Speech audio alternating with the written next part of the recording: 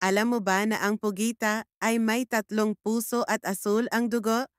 Aba, abangan mo pa ang siyam nakakatuwang katotohanan tungkol sa mga hayop dito sa video na ito. Unang-una, ang tawag sa grupo ng mga flamingo ay flamboyance, isang bonggang pangalan para sa mga makukulay na ibon na ito.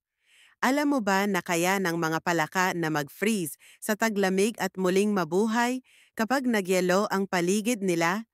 Parang magic, ang mga elepante naman ay may kakaibang paraan ng komunikasyon. Nagpapur sila, parang pusa, para mag-usap sa isa't isa.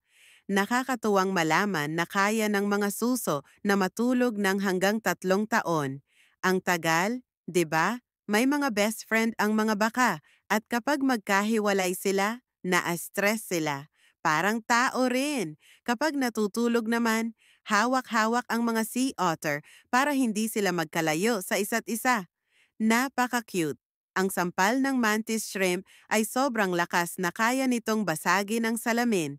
Ang lakas, 'di ba? At ang mga loro, mayroon silang sariling pangalan na tunog na ginagamit nila para tawagin ang kanilang mga anak.